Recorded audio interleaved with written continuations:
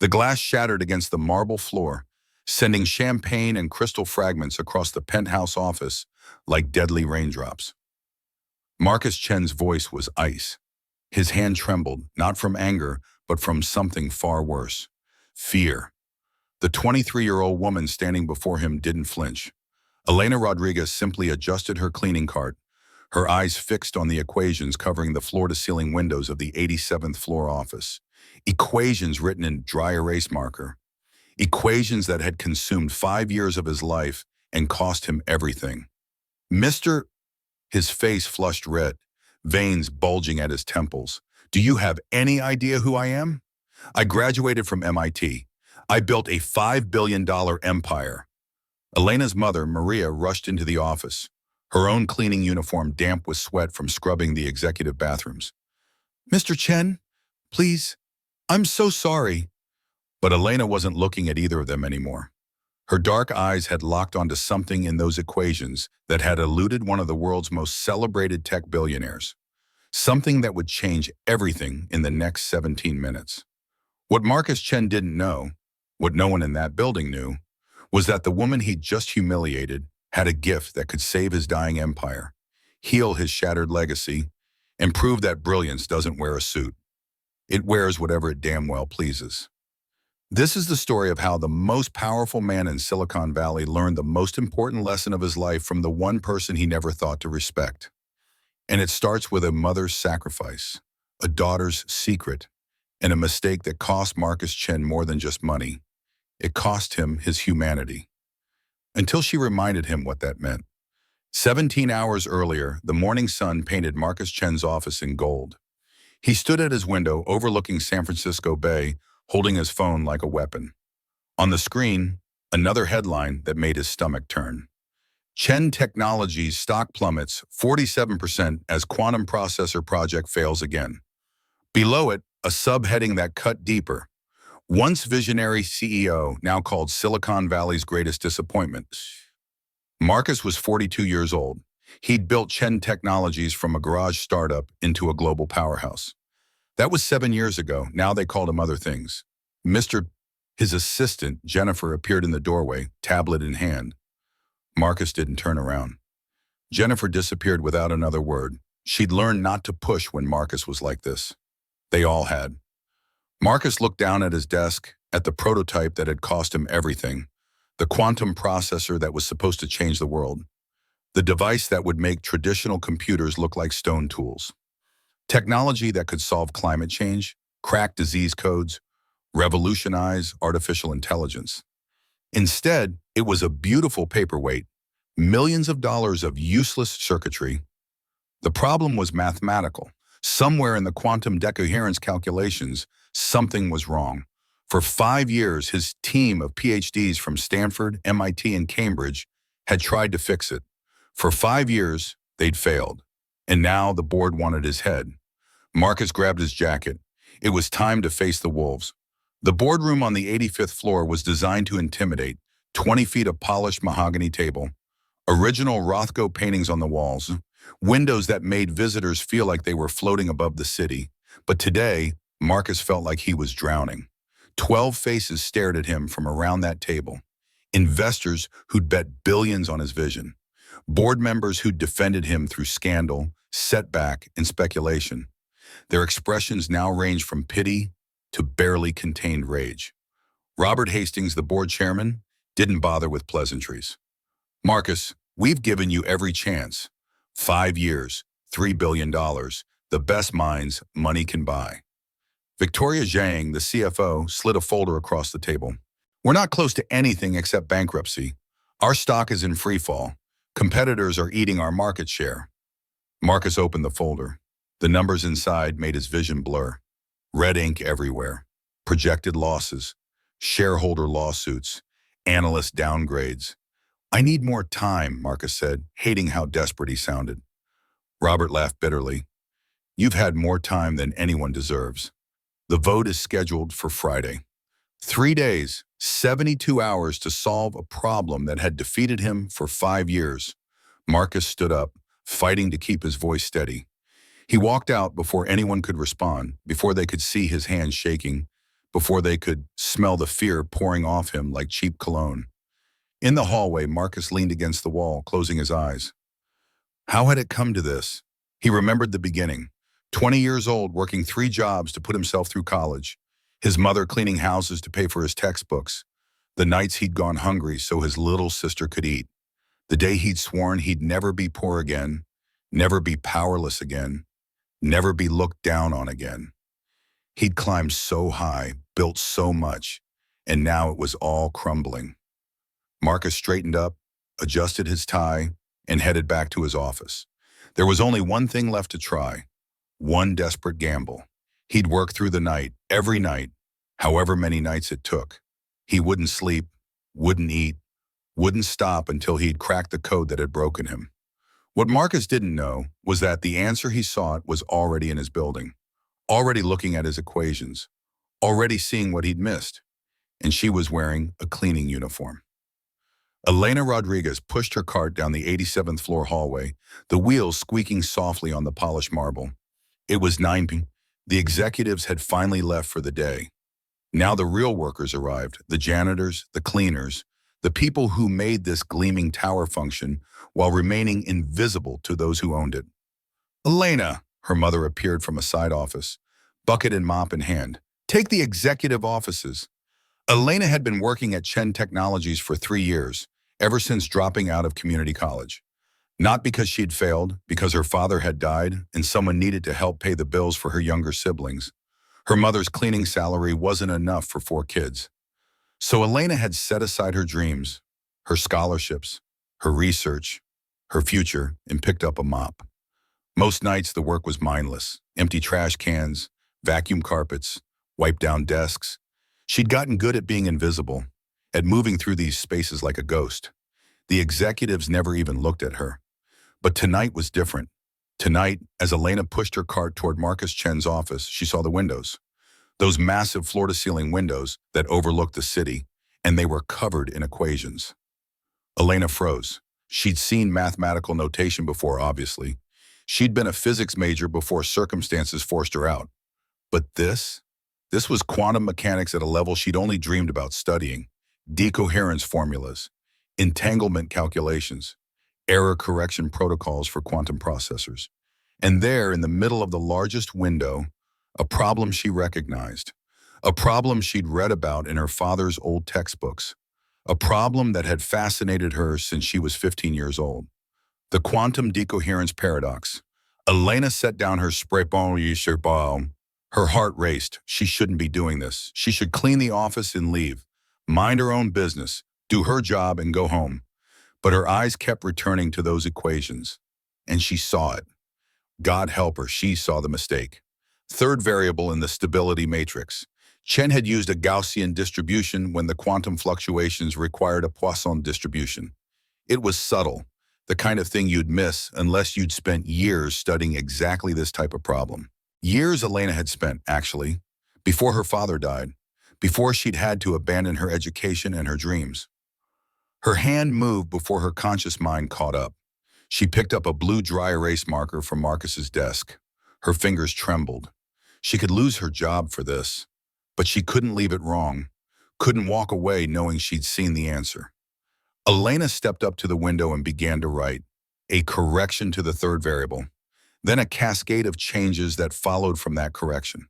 Her handwriting was shaky at first, then grew more confident as the mathematics flowed through her. She didn't hear the elevator ding, didn't hear the footsteps approaching. Elena spun around, marker still in hand, her heart hammering against her ribs. Marcus Chen stood in his office doorway, briefcase in one hand, the other clenched into a fist. His tie was loosened, his hair disheveled, his eyes bloodshot from too many sleepless nights. He looked like a man on the edge of breaking. Marcus stormed into the office. He crossed the distance between them in 3 strides, his face inches from hers. Just thought you'd vandalize my research? Just decided to play scientist? Do you have any idea what that represents? 5 years of work, billions of dollars. I know, Elena said quietly. The words hung in the air. Marcus's face went from red to purple. Wrong? You think? He actually laughed, a harsh, ugly sound. The third variable. I don't care about your opinion of my third variable. Do you know who I am? Do you know what I've accomplished? MIT, full scholarship, PhD by 25. Built this company from nothing. Elena felt her mother appear in the doorway, panic written across Maria's face. Mr. Chen, please, Maria begged, rushing forward. Elena, what did you do? Marcus grabbed the marker from Elena's hand and threw it across the room. It hit the wall and clattered to the floor. You see a mistake in work that's been reviewed by PhDs from the best universities in the world. The word janitor came out like an insult, like the worst thing anyone could be. Maria grabbed Elena's arm. We're leaving. Elena, we're leaving right now. Mr. Chen, I'm so sorry. She won't bother you again. Please don't fire us. We need this job. Her brothers and sisters need. I'm not firing you, Pishkam, Marcus said coldly. You're good workers, but her. He pointed at Elena like she was something dirty he'd found on his shoe. She clearly can't follow simple instructions, can't stay in her lane. Elena's voice was quiet, but something in her tone made both her mother and Marcus go still. Elena, no, Maria whispered. Please, mija, don't. But Elena was done being invisible, done being talked down to, done pretending she was less than she was because society had decided that cleaning toilets made you nobody. With respect, Mr. Chen, I'm not questioning your accomplishments. I'm questioning your third variable. The silence that followed was deafening. Marcus's hands shook, not from anger now, from something else, from the possibility, the terrible, impossible possibility that this woman in a cleaning uniform might have seen something he'd missed. Get out, he said finally, his voice deadly quiet. Both of you, get out of my office. Get out of this building. Mr. Maria was crying now. We need this job. I have 4 children. Marcus grabbed a champagne glass from his desk, a gift from some tech conference, and hurled it at the wall. It exploded into 1,000 glittering pieces, and both women flinched. That's when Elena had reached for her cleaning cart, her eyes still fixed on those equations on the window. That's when Marcus had seen something in her expression that made his skin crawl. Not fear, not anger, pity. This janitor was looking at him with pity. He snarled. Elena's voice was steady. I'm sorry this is happening to you. I'm sorry your project is failing. I'm sorry you're losing everything. But throwing me out won't fix your math, Mr. Chen. Then she did something that would haunt Marcus for days afterward. She reached into her cleaning cart, pulled out a small notepad, the kind she used to track which offices she'd cleaned, and quickly wrote something down. She ripped out the page and set it on his desk. If you change your mind, Elena said quietly, this is my number. I don't have a PhD, Mr. Chen. I don't have a degree at all. I'm just a janitor who happens to know quantum mechanics because my father taught me before he died. But I can help you. Then she took her mother's hand and walked out. Marcus stood alone in his office, surrounded by broken glass and broken dreams, staring at the phone number on his desk. He crumpled it up and threw it in the trash. Then he turned to his equations, determined to prove that woman wrong. Tuesday, 11 p.m. Marcus worked through the night, checking every variable, every calculation, every assumption. His team of PhDs joined him via video conference. Experts from MIT, Stanford, Cambridge, all looking at the same equations. Everything checks out, Dr. Sarah Morrison from Stanford said finally. Marcus slammed his hand on the desk. No one had an answer. Wednesday, 3 a.m. Marcus was alone in his office, eyes burning, surviving on coffee and rage. He'd sent everyone home. He didn't need help. He didn't need that janitor's opinion. He just needed to think. He stared at the equations on the windows, at the corrections Elena had made in blue marker. He'd meant to erase them, but something had stopped him. Now, in the dark of his office with the city lights below, he found himself reading her changes. Third variable shifted from Gaussian to Poisson distribution. Why would she think that was necessary?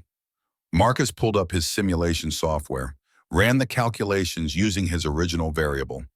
7 seconds, same result as always. His hand hovered over the keyboard. This was insane. He wasn't actually going to test the janitor's equation. That would be admitting she might be right. That would be admitting a woman without a degree saw something he'd missed. But his fingers moved anyway. He input Elena's correction, ran the simulation. 4 seconds. Marcus's coffee cup slipped from his hand. It hit the floor but didn't break, just rolled away across the carpet, spilling dark liquid like blood.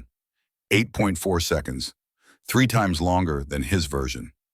Still not long enough to be functional, but better, significantly better, which meant Elena's correction was an improvement, which meant she'd been right, which meant, no, this was coincidence. Lucky guess. Or maybe she'd overheard his team talking about this problem and was just parroting back something a real scientist had suggested. Marcus turned back to his equations. He'd figure this out on his own. He didn't need help from a janitor. Wednesday, 4 p.m. Marcus stood in the parking garage leaning against his Porsche, his phone in his hand. The board meeting was Friday, 36 hours away. His eyes were swollen from lack of sleep. His hands shook from too much caffeine. His mind felt like it was wrapped in cotton, and he still couldn't crack the code. The processor kept failing. Every simulation, every test, every desperate attempt, failure. Marcus looked at his phone, at the notes app where he'd saved Elena's phone number before throwing away the original paper. His thumb hovered over the call button. This was crazy. He was Marcus Chen. He'd built an empire. He'd changed the world. He'd been on the cover of Time magazine, for God's sake. He couldn't ask a janitor for help. But if he didn't, if he failed on Friday, everything he'd built would be gone. His company, his reputation, his legacy. His mother had died 2 years ago. She'd never stopped being proud of him, never stopped believing in him. When she'd passed, Marcus had stood at her grave and promised he'd make her sacrifice worth it. Promised he'd justify all those years she'd spent cleaning other people's houses so he could succeed. And now he was about to lose it all because he was too proud to make a phone call. Marcus closed his eyes, took a breath, and pressed dial. The phone rang once, twice, 3 times. Elena's voice was cautious. She'd seen his name on the caller ID. Marcus opened his mouth, closed it. The words stuck in his throat like broken glass. Mr. Chen, say it, just say it, ask for help, swallow your damn pride and ask. But he couldn't. Even now, even with everything on the line, the words wouldn't come. Marcus ended the call without speaking and threw his phone across the parking garage. It hit a concrete pillar and shattered into pieces. Then he slid down the side of his car until he was sitting on the cold concrete, his head in his hands. And for the first time in 20 years, Marcus Chen cried. Thursday, 9 a.m., Marcus hadn't gone home. He'd spent the night in his office, alternating between staring at equations and staring at the ceiling. His suit was rumpled. His face was unshaven. He looked like a homeless man who'd wandered into a corner office by mistake. Jennifer knocked softly on his door. Mr. Chen, the press is calling about tomorrow's board meeting. Marcus's voice was hoarse. Sir, they know something's happening. The stock has been suspended from trading pending the announcement. She hesitated at the door. Sir, if I may, is there anything I can do? Marcus looked up at her. Jennifer had been with him for 8 years. She'd seen him at his best and his worst. She was probably the closest thing he had to a friend. Do you think, he asked slowly, that smart people can only come from certain places? Certain schools? Jennifer blinked, surprised by the question. No, sir. I think smart people come from everywhere. Marcus laughed bitterly. Even if it means admitting I was wrong? Even if it means my entire team was wrong? Jennifer stepped into the office and closed the door behind her. Mr. Chen, I grew up in a trailer park in Kentucky. My father worked at a factory. My mother was a waitress. Marcus stared at her. Why would you? I don't advertise it because people hear trailer park and they make assumptions. But here's the thing. Some of the smartest people I knew growing up were people the world overlooked. My mother could do calculus in her head faster than any calculator. My uncle could look at a broken engine and diagnose the problem in 30 seconds. They were brilliant. I'm saying maybe this janitor is brilliant too. The words hit Marcus like a physical blow. Before he could respond, his phone rang. His new phone, emergency replacement, delivered by his assistant an hour ago. The caller ID showed Board chairman. Marcus answered. Robert Hastings' voice was formal, distant. The board has reviewed the situation. We're moving the vote up. Marcus's stomach dropped. Tonight? You can't. We can and we are. Marcus, it's over. The vote is a formality at this point. You know it. I know it. The line went dead. Marcus looked at the clock. 9:17 a.m. He had 8 hours and 43 minutes to save his life's work. Marcus tried Elena's number 17 times in the next hour. Every call went to voicemail. Elena, this is Marcus Chen. Call me back. Elena, I need to talk to you about the equations. Elena, I'm sorry for everything I said, everything I am. Nothing. By noon, Marcus was in his car, driving to the address he'd gotten from HR. He'd had to lie and say Elena had left something in the office, and he wanted to return it personally. Elena lived in a small apartment complex in East San Jose, the kind of place where kids played in broken sprinklers and laundry hung from balconies. The kind of place Marcus had grown up in, though he tried not to remember those days. He found apartment 2C and knocked. A young boy, maybe 12 years old, answered the door. He looked up at Marcus with suspicious eyes. Marcus asked, The boy's eyes narrowed. Maria Rodriguez appeared in the doorway. When she saw Marcus, her expression hardened. Mrs. Rodriguez, I need to speak with Elena. Please, She's not here, Maria repeated, her voice steel. She left this morning with her backpack in her laptop. Said she needed some time alone to think. Marcus's heart sank. Maria's eyes flashed with anger. You humiliated my daughter. You threw her out like garbage. You made her feel like her brain doesn't matter because she cleans toilets for a living. I was wrong, Marcus said. The words came out rushed, desperate. I was so wrong about everything. Your daughter is brilliant, Mrs. Rodriguez. She saw something in my equations that my entire team missed, something that could save my company, save my life's work. But more than that, his voice cracked. More than that, she reminded me of something I forgot a long time ago. That brilliance doesn't care about your job title or your degree. Maria studied him for a long moment. Behind her, 3 more children had appeared. 2 younger girls and another boy, all watching this strange, desperate man at their door. My husband, Maria said finally, was like Elena. Brilliant. He could look at any scientific problem and see solutions that professors missed.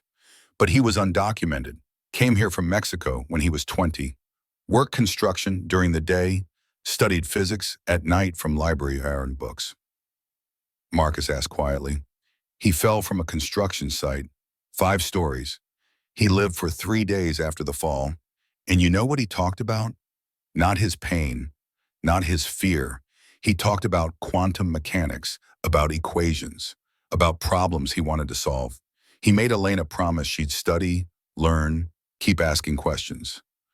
Maria's eyes were wet, but her voice was steady.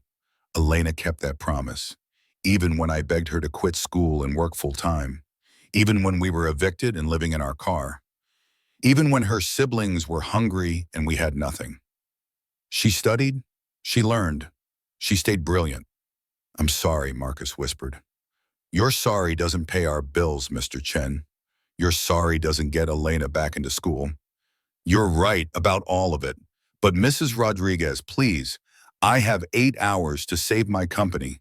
And more importantly, I have 8 hours to do the right thing, to give your daughter the recognition she deserves. Maria stared at him. Then she pulled out her phone and typed something. I'm texting you an address. It's where Elena might be. Might be a day. But Mr. Chen, if you hurt my daughter again, if you make her feel small again, if you take credit for her work or use her and throw her away. Maria stepped closer, and despite being a foot shorter than Marcus, she seemed to tower over him. I've spent 20 years making rich people's houses clean. I know where all of you live. I know your security codes. I know which doors you forget to lock. Marcus nodded slowly. Good. Now go find my daughter. The San Jose Public Library was crowded with students, homeless people seeking shelter from the afternoon heat, and parents with small children. Marcus found Elena on the 3rd floor, in the science section, surrounded by books. She was hunched over a laptop so old it had duct tape holding the screen together.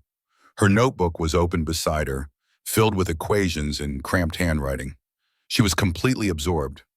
Unaware of the world around her, for a moment, Marcus just watched her.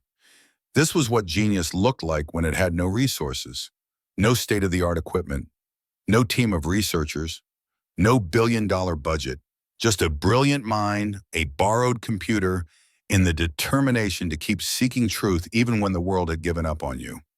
Marcus approached slowly. She looked up, and the surprise on her face shifted quickly to wariness. "Mr." She gestured to the chair across from her, but said nothing. Marcus sat down, suddenly unsure how to begin. How do you apologize for diminishing someone's entire existence? How do you take back words that cut so deep? "I'm sorry," he started. "That's inadequate, I know. But I'm sorry for everything I said, everything I did." Elena closed her laptop carefully. "Why are you here, Mr.?" "Because you were right about the third variable. I ran your correction, and the processor lasted 3 times longer." Something flickered in Elena's eyes, not triumph, not vindication, just sadness. "That's not why you're here," she said softly. "You're not here because I was right. You're here because you need me. If your board meeting was next month instead of today, would you be sitting in this library?" The accuracy of her words cut like a knife. "Probably the latter," Marcus admitted. "I'm not proud of that. But Elena, whether I deserve your help or not, whether I'm here for the right reasons or the wrong ones, the fact remains that you see something I can't see." Elena's voice was quiet but firm. "Help the man who called me a janitor like it was an insult? Who threw me out of his office?" "You shouldn't," Marcus said. "If I were you, I'd tell me to go to hell. But Elena, this isn't just about me. If Chen Technologies fails, 8,000 people lose their jobs, including your mother, including you. And beyond that," he leaned forward, "if this quantum processor works, if we can solve these equations, we can change the world. Climate modeling that could save millions of lives, medical research that could cure diseases, AI systems that could solve problems humanity has struggled with for centuries. That's bigger than my ego." Elena looked down at her notebook. "My father used to say that science doesn't care about pride. It doesn't care about who's right or wrong, who has degrees or who doesn't. Science only cares about truth." He was also a man who died because he fell from a construction site that didn't have proper safety equipment, because the foreman saw him as cheap labor instead of a human being with a family. Elena's voice broke. "So forgive me, Mr." Marcus sat back, absorbing the blow. He deserved it, every word. "What if," he said slowly, "this isn't about saving my empire?" Elena looked up. "Help me fix the processor. Come to the board meeting tonight. Show them what you showed me." Marcus held up his fingers, counting. 1, I'll publicly credit you as the lead researcher who solved the problem. Your name on every patent, every paper, every headline. 2, I'll fund your education. Full scholarship to any university in the world. PhD if you want it. 3, when this is over, when the processor is complete, you'll have a seat at the table. Not as my employee, as my partner. Elena stared at him. "I'm offering you what you should have had from the beginning. Recognition, resources, respect. I can't give you back the years you lost. Can't bring back your father. Can't undo the way I treated you. And what happens when the board meeting is over and you don't need me anymore? When the cameras are gone and the press releases are published? Do I go back to being invisible?" Marcus shook his head. "No, because if I've learned anything in the past 2 days, it's that I didn't solve this problem. You did. And the world needs to know that, not because it serves me, because it's the truth." Elena was quiet for a long moment. Around them, the library hummed with life. Kids giggling over picture books, college students cramming for exams, an old man reading the newspaper. All these people, Marcus thought, living their lives, invisible to men like him. How many Elenas had he walked past in his life? How many brilliant Mias had he dismissed because they wore the wrong clothes, had the wrong accent, came from the wrong place? "I'll help you," Elena said finally, "but not for you, For the 8,000 people who lose their jobs if your company fails. For my mother and siblings who need this paycheck. And for my father, who would have given anything to see his equations matter to someone. Marcus felt relief wash over him, followed immediately by shame. She was still thinking about others, still putting everyone else first, just like he should have been doing it all along. Thank you, he said. Elena stood up, gathering her books and her ancient laptop. You already let me down, Mr. Chen. Now you get a chance to make it right. Then she headed for the door, and Marcus followed, feeling for the first time in 5 years like he might actually deserve the success he'd built. Or maybe like he was finally about to earn it. They arrived at Chen Technologies at 4 p.m., 2 hours before the board meeting that would decide Marcus's fate. As they walked through the lobby, heads turned. Whispers followed them like shadows. Elena walked with her head high, clutching her laptop like a shield. Marcus stayed beside her, matching her pace, refusing to walk ahead even though every instinct told him to. They took the elevator to the 87th floor in silence. When the doors opened, Jennifer was waiting. Mr. Chen, the board is already gathering. They want to start early. She stopped, seeing Elena. Recognition dawned in her eyes, followed by understanding. Oh. Jennifer, this is Elena Rodriguez. Elena, this is Jennifer Park, my assistant. Jennifer, I need you to set up the main conference room. Full presentation capabilities. Sir, you don't know if? I know, Marcus said firmly. Trust me. Jennifer studied Elena for a moment, then smiled. I'll set it up. Welcome to the 87th floor, Ms. Rodriguez. As they walked to Marcus's office, Elena stopped at the windows. Her equations were still there, written in blue marker, slightly smudged but readable. You didn't erase them, she said softly. No, I couldn't, because every time I looked at them, they reminded me of what I'd become. Elena turned to face him. Mr. Chen, before we go into that boardroom, I need to know something. Are you really ready for this? Because once I present this research, once we show them what I found, you can't take it back. The world will know that a janitor solved what your entire PhD team couldn't. Your ego will take a beating. Your legend will take a hit. Marcus thought about his mother, about the years she'd spent cleaning houses, coming home with her hands raw and her back aching, all so he could have a better life. About the way she'd held her head high even when people looked through her like she didn't exist. About how he'd become exactly the kind of person who would have looked through her. I'm prepared, he said, because it's not about my ego anymore. It's about doing the right thing. Elena nodded slowly, then she opened her ancient laptop and pulled up her files. Okay, let's save your company. They spent the next 90 minutes going through Elena's research. She'd taken Marcus's base equations and rebuilt them from the ground up, identifying not just one error, but 7 subtle mistakes that had compounded over time. Her corrections were elegant, efficient, and brilliant. More than that, she'd done something Marcus's team had never thought to do. She'd approached the problem from first principles, stripping away assumptions and rebuilding the mathematics from scratch. This is beautiful, Marcus breathed, staring at her work. Elena, this is PhD-level research. This is Nature Journal-level research. How did you? My father's textbooks, Elena said simply, and a lot of nights in this library after my shifts ended. The librarian, Mrs. Chen, no relation to you, she let me use the computers after hours. Marcus made a mental note. Find Mrs. Chen, thank her. Maybe endow a scholarship in her name. At 5:45 p.m., Jennifer knocked on the door. Mr. Marcus stood up, straightening his tie. Elena closed her laptop and stood as well. He asked. Elena took a deep breath. I've been ready my whole life, Mr. Chen. They walked together to the boardroom where 12 skeptical board members waited to fire the CEO who'd cost them billions. Instead, they were about to meet the janitor who would make them billions.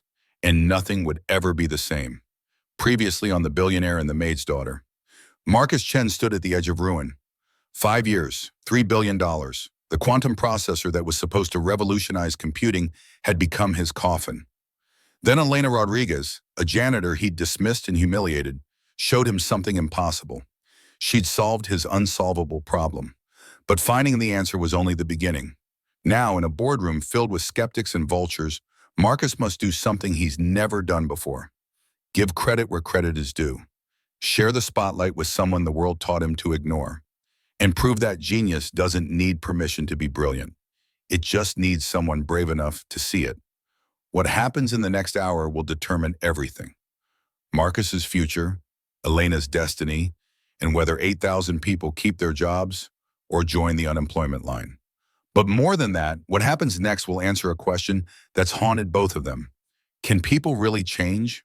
Or are we all trapped by the stories we tell ourselves about who deserves respect and who deserves to be invisible? The board meeting starts in 60 seconds, and nothing will ever be the same. The boardroom on the 85th floor felt different this time. Marcus had been in this room hundreds of times. He'd pitched investors here, announced product launches here, celebrated victories and weathered defeats here. But he'd never walked in feeling like he was about to detonate a bomb. 12 board members sat around that massive mahogany table, their expressions ranging from barely concealed hostility to outright contempt. Robert Hastings, the chairman, checked his Rolex with exaggerated impatience. "Marcus, you're late." "My apologies," Marcus said, his voice steady. Victoria Zhang, the CFO, scoffed. "Presentation? Marcus, we're not here for theater. We're here to vote you out." "Actually," Marcus said, "I do have a miracle." He stepped aside, revealing Elena standing in the doorway. The reaction was immediate. Robert stood up, his face flushed. "Marcus, if this is some kind of stunt—" "It's not a stunt," Marcus said firmly. "This is Elena Rodriguez." 12 pairs of eyes fixed on Elena. She felt their judgment like a physical weight. Her cleaning uniform had been replaced by a simple black dress borrowed from her mother. But she knew they could still own the janitor underneath, could still see someone who didn't belong in this room with these people. But Elena had spent her entire life being underestimated. It was time to show them what that looked like when it blew up in their faces. "Mr. O.M." Robert looked at Marcus. "Yes," Marcus said. Robert gestured impatiently. "Fine, you have 10 minutes. Elena connected her ancient laptop to the state-of-the-art presentation system. The contrast was almost comical, duct tape and poverty connecting to millions of dollars of technology. The screen flickered to life, and then Elena began to speak. "For 5 years," Elena began, "Chen Technologies has been trying to solve the quantum decoherence problem." She clicked to the next slide, which showed Marcus's original equations. Mr. Chen and his team approached this problem using traditional quantum error correction protocols. They focused on environmental isolation and rapid error detection. Victoria leaned forward. "Not wrong," Elena said. "Incomplete. They were solving the right problem with the right tools." Another click. Elena's corrections appeared on the screen in blue, overlaid on Marcus's equations in black. The third variable in the stability matrix, Mr. Chen used a Gaussian distribution. This makes sense if you assume quantum fluctuations follow standard probability curves, but they don't, not at the scale we're working with. Dr. James Morrison, a board member with a PhD in physics from Harvard, frowned. That's not standard at all." "From my father," Elena said simply. "He was a construction worker who studied physics from library books.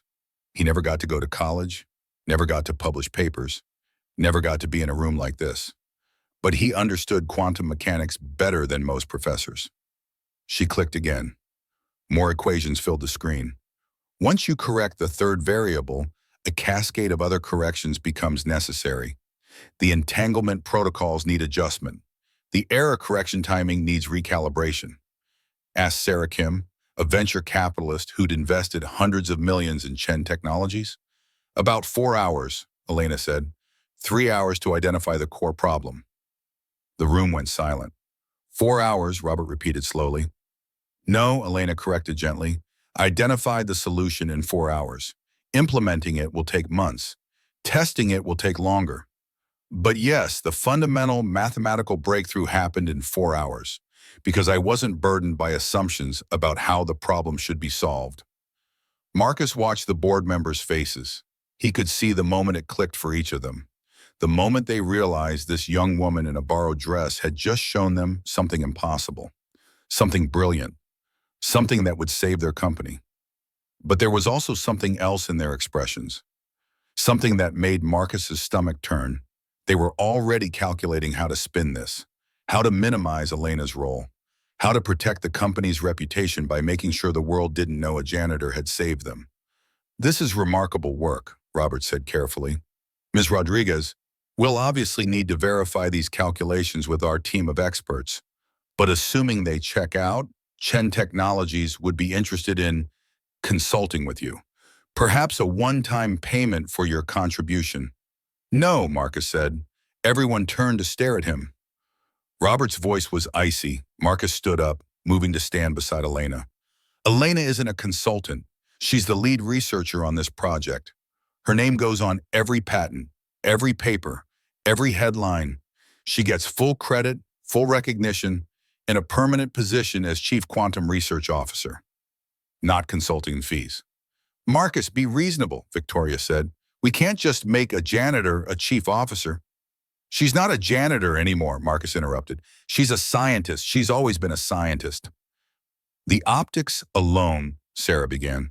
The optics, Marcus said, his voice hard, are that we spent 5 years and $3 billion failing to solve a problem that someone without a PhD solved in 4 hours.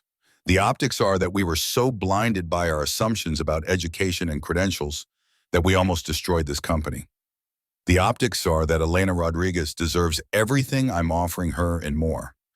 The silence that followed was tense enough to shatter. Finally, James Morrison cleared his throat. Actually, I'd like to propose something. I move that we accept Ms. Rodriguez's research, offer her the position Mr. Chen described, and he paused. I also move that we don't remove Marcus as CEO. Second, said another board member. Robert asked, looking like he'd swallowed something bitter. One by one, hands went up. All 12, unanimous? Robert nodded curtly. Motion passes. Ms. Rodriguez, welcome to Chen Technologies. Marcus, you keep your job. Now both of you, make this processor work. As the board members filed out, several stopped to shake Elena's hand. Some looked genuinely impressed. Others looked like they were going through motions, doing what was politically necessary. Only James Morrison seemed to truly see her. Your father would be proud, he said quietly. I lost my father young too. He was a mechanic, taught me everything about how things work. Elena's eyes misted. When the room was finally empty except for Marcus and Elena, they stood together in silence. You did it, Marcus said. We did it, Elena corrected. You could have taken credit, could have let them minimize my role, could have accepted the easy path. But you didn't. Marcus shook his head. It took basic decency, which is apparently more than I've shown in years. Elena, His phone buzzed. A message from Jennifer. Press conference in 30 minutes. Are we really doing this? Marcus showed Elena the message. Elena took a deep breath. I've spent my whole life being ready, Mr. Chen. The question is, are you ready? Because once we tell the world what happened here, once we tell them that a janitor solved your billion-dollar problem, you can't take it back. Your reputation changes. The narrative changes. Good, Marcus said. The press room on the first floor was packed. Reporters from every major tech publication, financial journalists, TV cameras, internet streamers, everyone wanted to see Marcus Chen's final defeat, wanted to capture the moment a legend fell. Instead, they were about to witness something they'd never forget. Marcus stood at the podium, Elena beside him. He could feel her trembling slightly, not from fear, he realized, but from adrenaline, from the weight of what they were about to do. Ladies and gentlemen, Marcus began, thank you for coming. I know you're expecting an announcement about Chen Technologies' future, and I will provide that. He had their attention. 5 years ago, I announced that Chen Technologies would build the world's first practical quantum processor. I believed, in my arrogance, that my education from MIT, my team of PhDs, and my resources would be enough. I believed that success came from credentials and pedigree. Marcus paused. A murmur ran through the crowd. 2 days ago, I threw a woman out of my office. I humiliated her, belittled her, dismissed her, because she was a janitor and I didn't think janitors had anything to teach me. The murmurs grew louder. That woman was Elena Rodriguez, and in 4 hours she solved a problem that had defeated me and my entire team for 5 years. She saw what we couldn't see. She found answers we couldn't find. She succeeded where I failed. Not because of luck, not because of accident, because she's brilliant. Marcus stepped back, gesturing for Elena to join him at the microphone. Elena stepped forward. Every camera focused on her. Every reporter leaned in. "My name is Elena Rodriguez," she said, her voice steady. "Until yesterday, I was a janitor at Chen Technologies. I cleaned toilets and emptied trash cans. I was invisible. Most of you have probably walked past people like me 1,000 times without seeing us." She paused. "My father was like me, brilliant but invisible. He died doing dangerous work for people who saw him as expendable. He made me promise I'd never stop learning, never stop questioning, never let the world tell me I was less than I am. For years, I kept that promise quietly. I studied in libraries. I worked problems in notebooks during my lunch breaks." Elena's voice grew stronger. "But yesterday, I stopped being invisible. Not because I changed, because someone finally saw me. Mr. Chen could have taken credit for solving this problem, could have kept me in the shadows. Instead, he's sharing this moment with me, sharing the credit, sharing the spotlight." A reporter raised her hand. "Ms. I have 1 year of community college," Elena said. "I solved it with a lifetime of learning. Education doesn't only happen in classrooms. It happens in libraries, in conversations, in textbooks borrowed from friends. It happens anywhere someone curious enough to ask questions can find answers. My father taught me that." Another reporter. "Mr. Chen, aren't you concerned about the optics?" Marcus leaned into the microphone. "What this says is that we're finally smart enough to recognize genius regardless of where it comes from. That we're finally humble enough to admit when we're wrong. That we're finally brave enough to change." "Ms. Rodriguez," another journalist called out, "what happens now?" Elena smiled. "No, I'm going back to science, where I always belonged. Chen Technologies has offered me the position of Chief Quantum Research Officer. I accepted, not because I need their validation, but because I have work to do, problems to solve. And Mr. Chen," the journalist turned to Marcus, "what do you say to critics who'll claim you're using Ms.?" "I'd say they're right to be skeptical," Marcus answered honestly. "I'd say my track record doesn't exactly inspire confidence that I suddenly care about social justice or equal opportunity. But I'd also say this: watch what we do next. Judge us by our actions, not our words. Elena isn't here as a token or a mascot. She's here because she's the most qualified person for the job." The questions continued for another 20 minutes. Each answer revealed more of the story, more of the truth. By the time the press conference ended, social media was exploding. #Janitor Genius trending worldwide. Elena's name everywhere.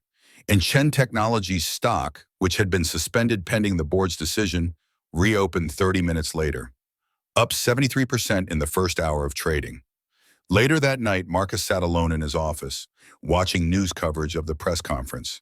Every channel told the story slightly differently, but the core narrative was the same. Billionaire humbled by janitor. Genius found in unexpected places. The underdog triumphs. It was good PR, Marcus supposed. Better than the CEO fired headlines he had been expecting. But as he watched Elena's face on screen after screen, he felt something more complex than relief. Guilt. Because the truth was messier than the story being told. Yes, he'd given Elena credit. Yes, he'd offered her a position. Yes, he'd done the right thing. But only after doing the wrong thing first. Only after being forced to see his own failures. Only after having no other choice. Was that redemption? Or was it just damage control? A knock on his door interrupted his thoughts. Elena entered, still wearing the borrowed dress, looking exhausted. "I saw you were still here," Marcus asked. Elena laughed tiredly. "My phone has been ringing nonstop. Universities offering scholarships. Companies offering jobs. Reporters wanting interviews." Elena sat down across from him. "Mr. Chen, I appreciate everything you've done. I really do. But I need to ask you something honestly. Are you doing this because it's right?" Marcus had been asking himself the same question. "Both, maybe," he admitted. "I wish I could tell you I had some grand epiphany. that I suddenly saw the light and realized the error of my ways. But the truth is messier. I was desperate, afraid, facing the loss of everything I'd built. And you were there with an answer I couldn't find anywhere else. So I took it, took your help, and then, Elena asked, trying, and Brenda Marcus corrected. Still trying. Elena, I'm not going to pretend I'm suddenly a changed man. I'm not going to claim I've overcome 42 years of programming about class and education and who deserves respect. But I'm trying to be better, trying to see people I've been trained to ignore. Elena was quiet for a moment. You know what's strange? I'm not even angry at you anymore. Not really, because you're just one person. One data point in a system that's been grinding people like me down for generations. My father was brilliant, and the world killed him with indifference. I'm brilliant, and the world almost let me waste away cleaning toilets.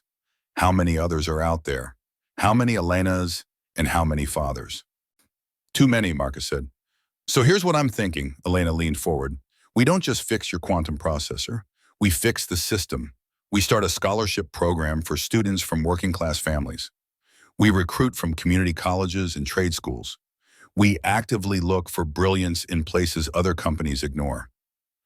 Marcus felt something shift in his chest, something that felt like purpose. I like that, he said. I like that a lot. We start with my siblings, Elena said. Miguel wants to be an engineer. Rosa wants to study medicine.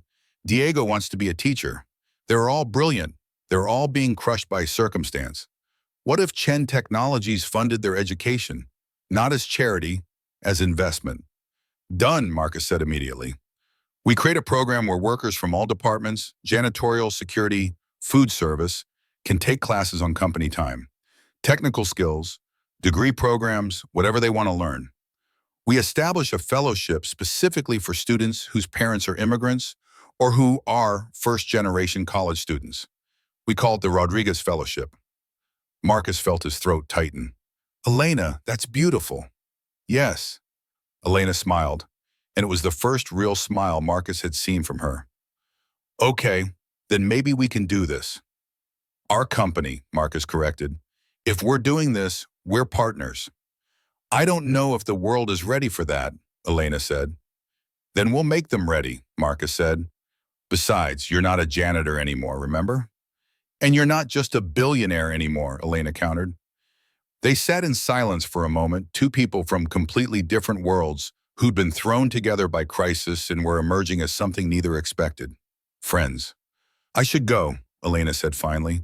My mother is waiting. She wants to hear everything that happened, and my siblings are probably awake, even though it's past midnight. Marcus stood as she did. Elena, thank you.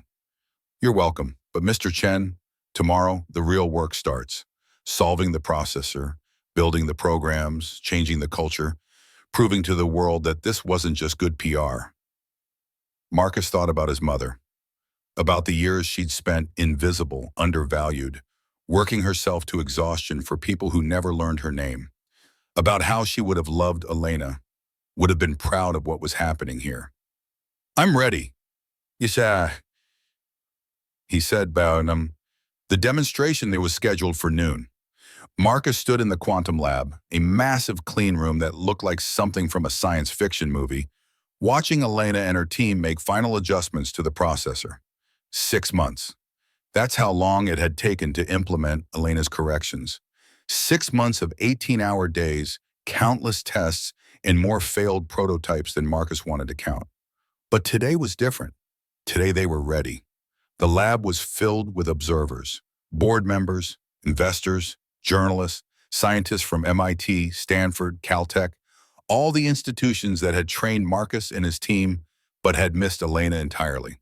And in the front row, wearing her best dress, Maria Rodriguez, flanked by her 4 children, Miguel, Rosa, Diego, and little Carmen, who was only 8 but already showed signs of her sister's mathematical brilliance. Marcus walked over to where Elena stood by the quantum processor, a device about the size of a refrigerator, covered in cooling systems and diagnostic equipment. He asked quietly.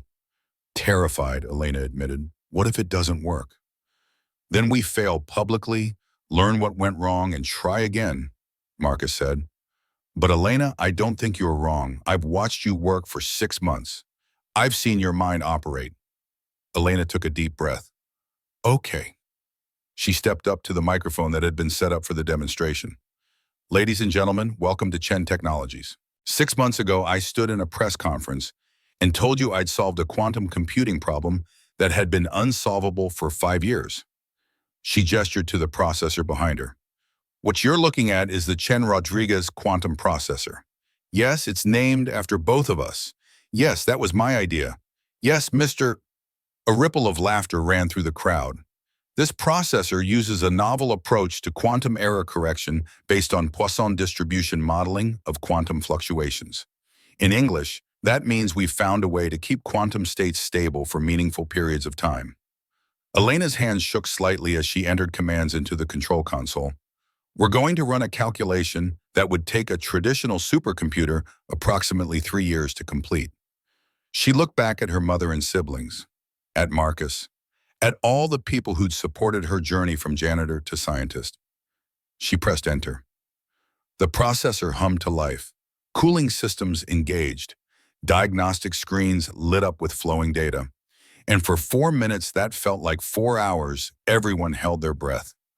Elena watched the readouts like a hawk. Marcus saw her shoulders tense, saw her hands clench, saw her bite her lip the way she always did when she was anxious. 3 minutes. The processor was still stable, something no one had ever achieved before. 2 minutes. No errors, no decoherence, no failures. 1 minute. The entire room was silent except for the hum of the processor and the pounding of Marcus's heart. 30 seconds. 20. 10, 5, and then, complete. The screen flashed green. The calculation was done. The processor had remained stable for the entire 4-minute run. For half a second, nobody moved. Then the room exploded. Applause. Cheers. Scientists hugging each other. Board members pumping their fists. Journalists scrambling for their phones. But Marcus wasn't looking at any of them. He was looking at Elena, who'd turned to her mother. Maria was crying, holding her daughter, whispering something in Spanish that Marcus couldn't hear but could feel. This was the moment everything changed, not just for Chen Technologies, for everyone. The celebration that night was held on the roof of Chen Technologies headquarters. Unlike the stuffy, exclusive parties Marcus usually threw for investors and VIPs, this one was different.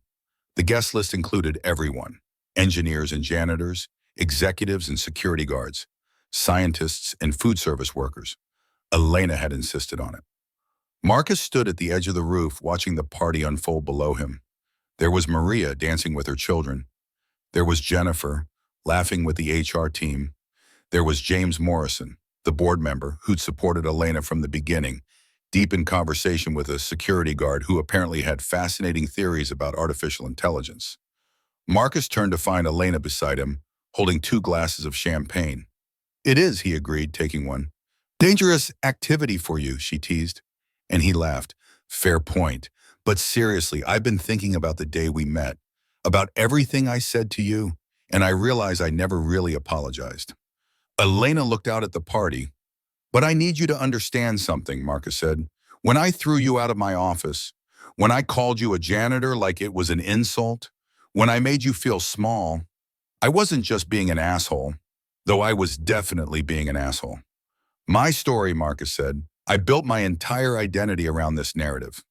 Poor kid overcomes adversity through education and hard work and becomes successful. That story required believing that education was the key, that credentials mattered, that the system worked if you were just smart enough and worked hard enough. Because if that wasn't true, then what did my success mean? He paused. You threatened that story, Elena. You proved that someone without a degree could be smarter than someone with 3 degrees, that someone without resources could outthink someone with billions, that brilliance doesn't require permission from institutions or validation from gatekeepers. And I couldn't accept that, because accepting that meant accepting that maybe I didn't earn everything I have. Maybe I just got lucky. Lucky to be born male. Lucky to be born into a family that prioritized my education over my sister's. Elena was quiet for a long moment. It is, but you know what's harder? Living with the weight of that lie, pretending that the playing field is level when it's not, acting like everyone gets the same chances when they don't. We can do something about it, Elena corrected. Below them, someone started playing music. Old salsa, the kind Elena's father used to love. Maria grabbed her children and started dancing, and soon half the party had joined in. Elena asked, setting down her champagne. Marcus stared at her. Then I'll teach you. They descended to the party and Elena showed Marcus the basic steps. He was terrible at it, stumbling and laughing, completely out of rhythm. But Elena was patient, and gradually he started to get it. Around them, the party celebrated. Not just the quantum breakthrough, not just the company's success, but something deeper. Something that felt like possibility. Like maybe, just maybe, the world could be different, could be better, could be a place where brilliance got recognized regardless of where it came from. As Marcus spun Elena clumsily across the rooftop, he caught sight of his reflection in one of the glass panels. He looked different than he had 6 months ago. Less polished, maybe more human. Better. Thank you, he said suddenly. Elena smiled. The first cohort of Rodriguez fellows gathered in the main auditorium. There were 25 of them, students from community colleges, first-generation immigrants, children of janitors and factory workers, and farmhands. Kids who had been told their entire lives that places like this weren't for them.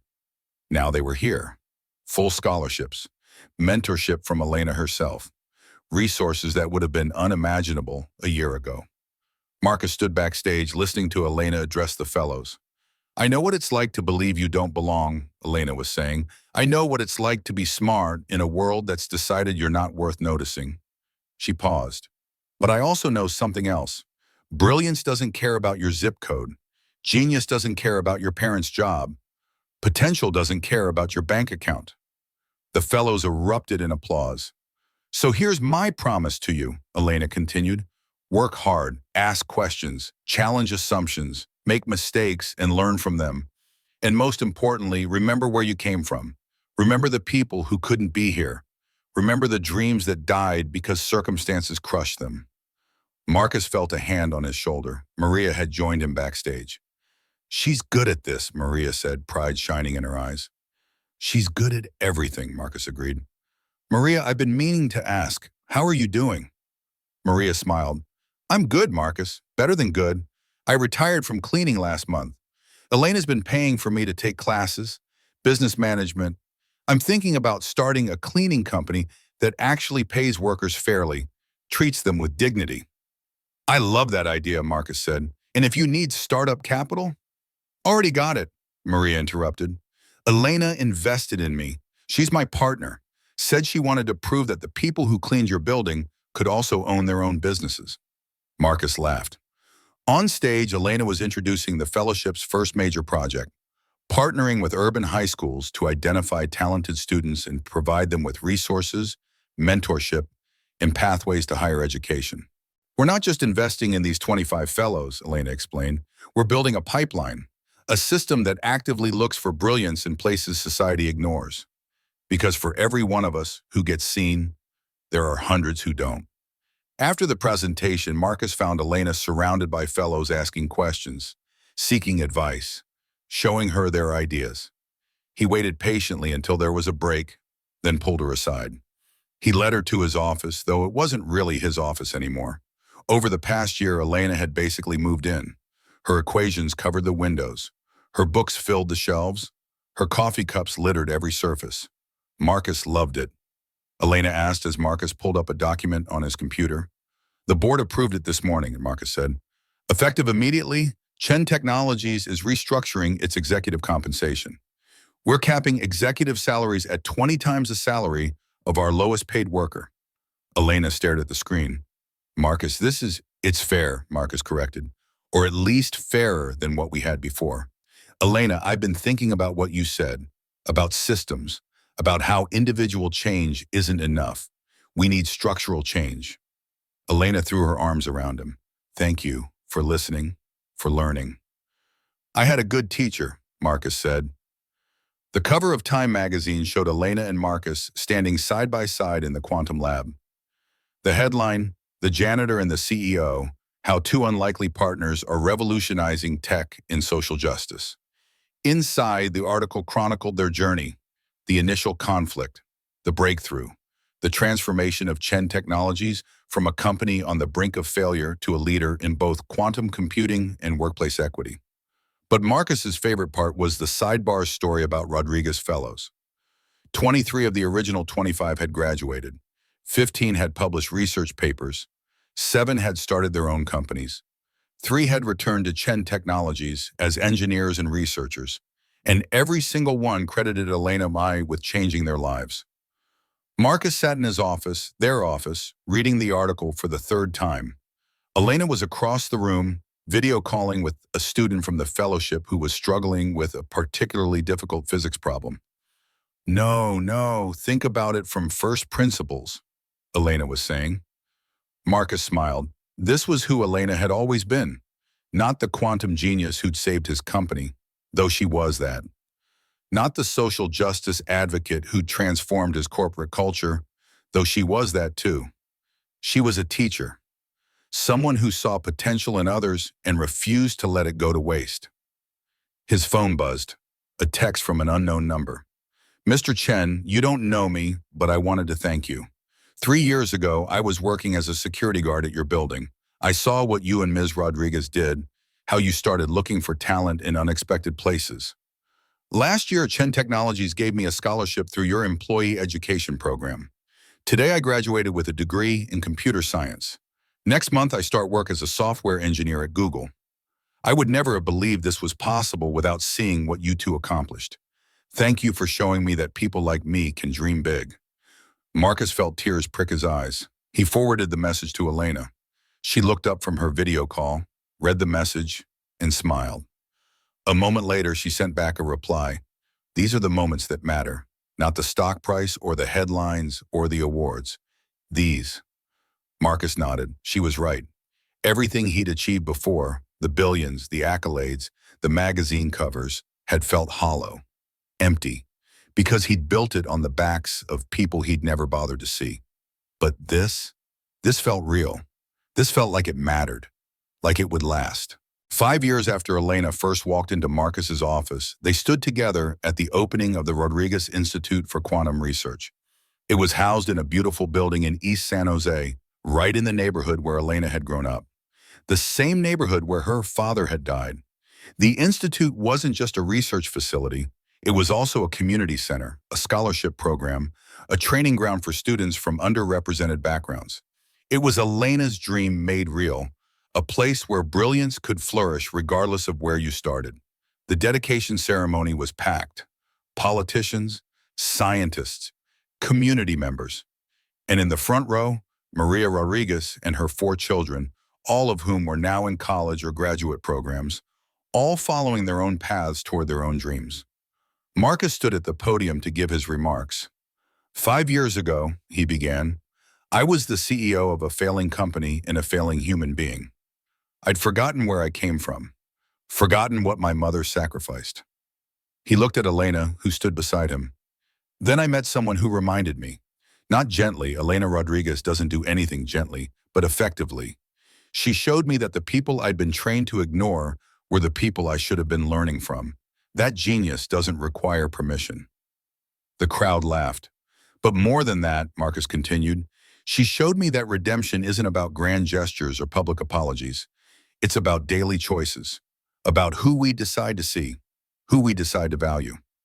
He gestured to the building behind them. This institute represents those choices. It represents a commitment to finding talent wherever it lives, to opening doors that have been closed too long. Marcus stepped back, and Elena took his place at the microphone.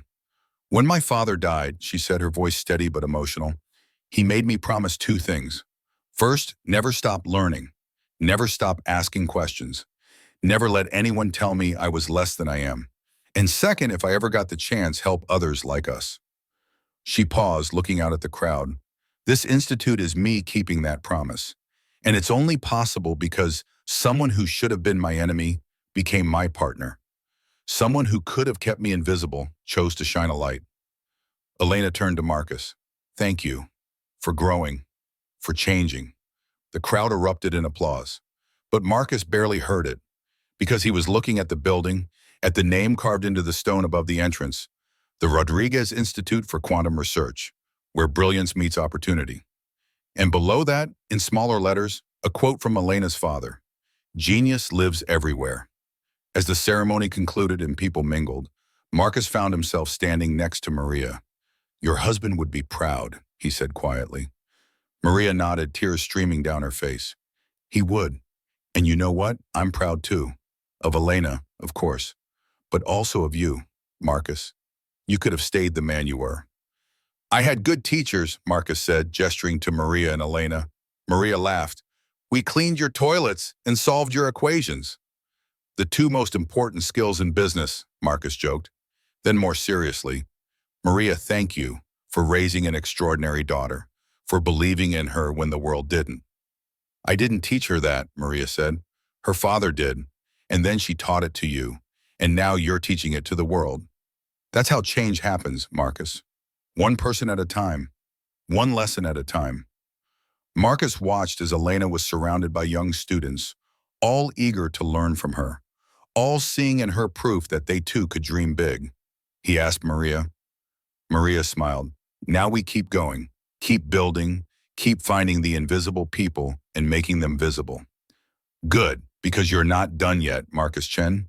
You've built a quantum processor and a more equitable company in this beautiful institute. But the world is full of Elenas, full of people with gifts nobody sees. So your job, our job, is to keep finding them, keep opening doors." Marcus nodded. He looked around at the celebration, at the community members who'd come to see the institute, at the students who'd benefit from it, at Elena who'd made it possible. This was it, he realized. This was what success really looked like. Not money, not power, not magazine covers or board meetings or stock prices. Success was using what you had to lift others up. Success was seeing people others overlooked. Success was building a world where everyone's brilliance had a chance to shine. 5 years ago, Marcus had almost lost everything because he couldn't solve an equation. Today, he realized he'd gained everything because a janitor had taught him how to see. And that made all the difference. 10 years later, the Chen Rodriguez Quantum Research Lab at MIT was hosting its annual symposium. Miguel Rodriguez, Elena's younger brother, was presenting his doctoral research on quantum entanglement applications. At 27, he was already being called a rising star in the field.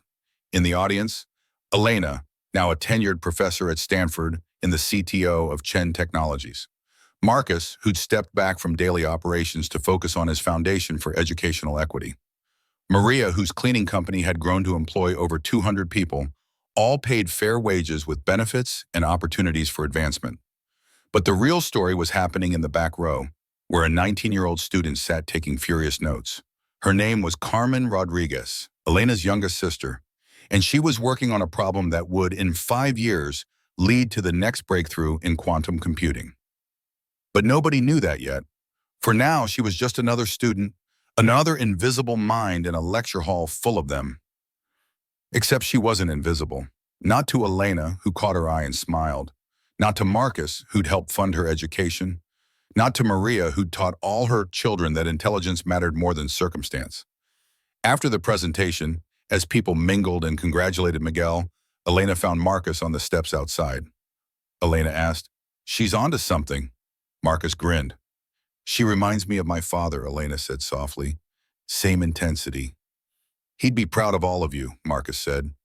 Elena bumped his shoulder. "You did more than get out of the way. You opened doors. You shared power. You proved that people can change." "It's worth everything," he corrected. "Elena, you know what I think about sometimes?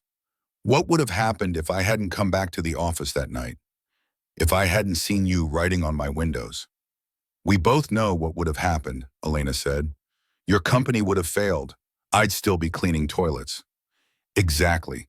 My entire legacy, everything good I've done in the past 10 years, exists because I was desperate enough and broken enough to finally see someone I should have seen all along." Elena was quiet for a moment. "You know what I think about? What if I hadn't written on those windows? What if I'd kept my head down, stayed invisible, never taken the risk? Would someone else have solved your problem eventually?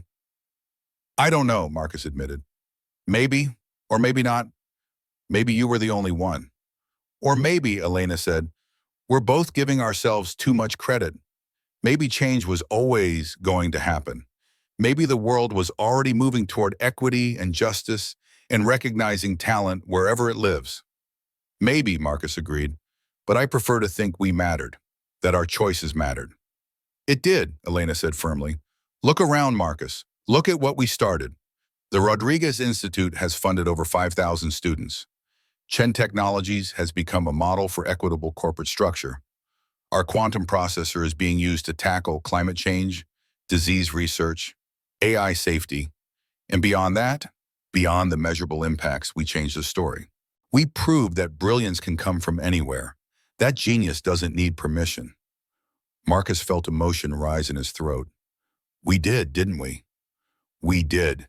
And now others are doing it too, following the model, opening their own doors, finding their own Elenas. That's the real success, Marcus. Inside, Miguel was finishing his Q&A. Carmen was still taking notes, her mind already racing ahead to applications and implications and new questions. Elena watched her sister through the window and smiled. She said to Marcus, 10 years ago, I was the janitor with the secret gift. Now I'm the professor with the public platform. And somewhere out there, right now, there's another janitor, another security guard, another person society has decided to ignore. And they're brilliant. They're solving problems in their head while they work. And someday, Marcus said, someone will finally see them. Someone will give them a chance. Exactly. And maybe that someone will be inspired by our story. Maybe they'll remember that a janitor and a CEO once proved that anything is possible. Or maybe, Marcus said, that janitor will be brave enough to write on someone's window, to speak up. Or maybe both, Elena said. Maybe change happens when the powerful choose to see and when the invisible choose to be seen. Maybe it takes both courage and humility. They stood in comfortable silence, watching the next generation of scientists emerge from the lecture hall. Young people of all backgrounds, all colors, all economic circumstances. Many of them Rodriguez Fellows. Many of them students who wouldn't be here without the doors Elena and Marcus had opened. Thank you, Marcus said suddenly, for that night 10 years ago, for writing on my windows, for refusing to stay invisible, for teaching me to see. Thank you, Elena countered, for listening, for changing, for proving that people can grow, for sharing power instead of hoarding it. Marcus's eyes misted at the mention of his mother. She would have loved you, you know. I know, Elena said softly. I think our parents, wherever they are probably watching this, probably smiling, probably proud that their kids figured out what they always knew, that people are more than their circumstances, that brilliance lives everywhere. As the sun set over MIT's campus, painting everything in gold, Elena and Marcus stood together. Two people who'd started as enemies and became partners. Two people who'd proven that change was possible. Two people who'd built a legacy that would outlast them both. And in the lecture hall behind them, Carmen Rodriguez gathered her notes, her mind full of equations and possibilities, completely unaware that in 10 years she'd be standing on the same steps, telling her own story about how she'd changed the world. Because that's how legacies work. They don't end, they multiply, they inspire, they continue. One brilliant mind at a time, one open door at a time, one choice to see instead of overlook, one moment when someone invisible becomes impossible to ignore, and the world shifts just a little bit towards something better.